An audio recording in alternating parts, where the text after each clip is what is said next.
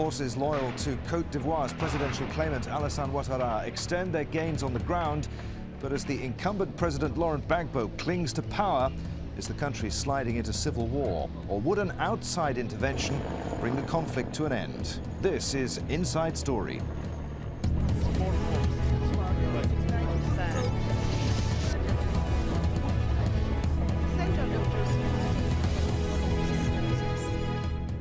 Hello, welcome to the programme. I'm Adrian Finnegan. The battle for control of Cote d'Ivoire appears to be reaching a climax as forces loyal to the internationally recognised President Alassane Ouattara attacked the presidential palace in Abidjan to try to unseat the incumbent leader Laurent Gbagbo. The UN says that both sides should rein in violent attacks as civilians become caught up in the fighting. But as the offensive continues, what lies ahead for Cote d'Ivoire remains uncertain. Caroline Malone reports.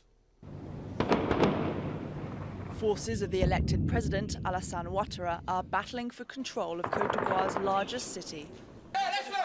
But Laurent Gbagbo's troops aren't giving up without a fight.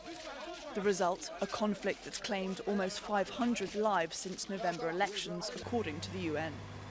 International forces are keeping watch from all angles, but fear rising civilian casualties. Where suddenly two parties use heavy weaponry in the middle of these densely populated areas, and civilians get caught up in this. They get cut off from supplies, from access to health care. They also get cut off from water supplies, and then are exposed to looting and acts of quite significant brutality. The UN Refugee Agency estimates more than 1 million people have been displaced, fleeing the violence. Ouattara's troops took the political capital Yamoussoukro earlier in the week, and in a 4-day sweep they captured several key towns, including the cocoa port of San Pedro. Tens of thousands of soldiers, police and other security forces have abandoned Gbagbo, and Ouattara has urged the holdouts to follow their example.